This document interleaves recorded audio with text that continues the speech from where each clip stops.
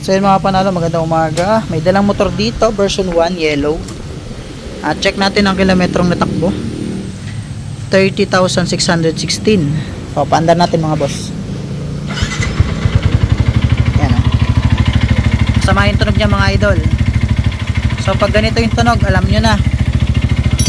Kadalasan pag ganito, yung block niya, no, dry. So walang langis na naakyat. Patay, check natin dito. So pag ganyan, kailangan yung buksan itong tornilyo na to. Yan. Check natin kung may langis. Okay.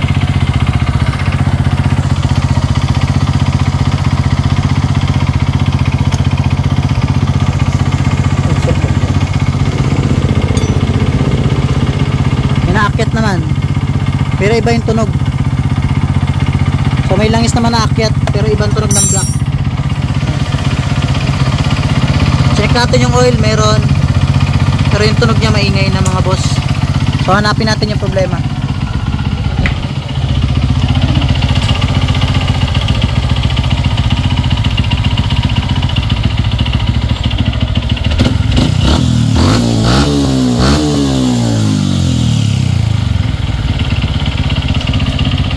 So yun, kailangan natin tignan kung anong problema. So update natin kayo mamaya. Maingay kanina.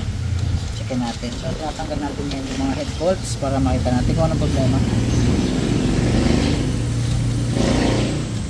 So nagawa na natin ito dati, 6 months na rin ang nakalipas. Pero ang problema kasi dati, valve lang. So yung valve niya pinalitan namin kasi nabusalsal.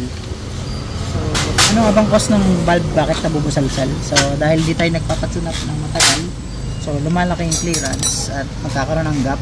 So pag nagkaroon ng gap, ayun, mabubusalsal yung valve. So check natin kung ano pang problema nito motor na to.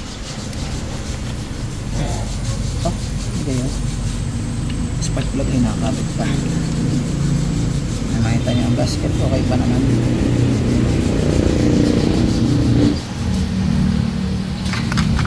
So dito na tayo sa block. Ito naman talaga ang dapat natin puntahan.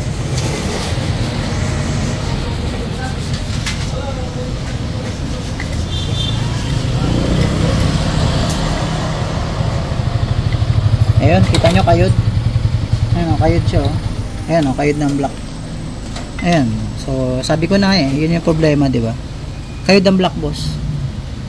Sa tunog pa lang kanina, ramdam agad natin kung ano yung problema. At ito na nga, talagang kayod na kaagad yung block. Pwede pasuyo mo na. Kayod na yung block, mga bossing. Ayan. Ayan.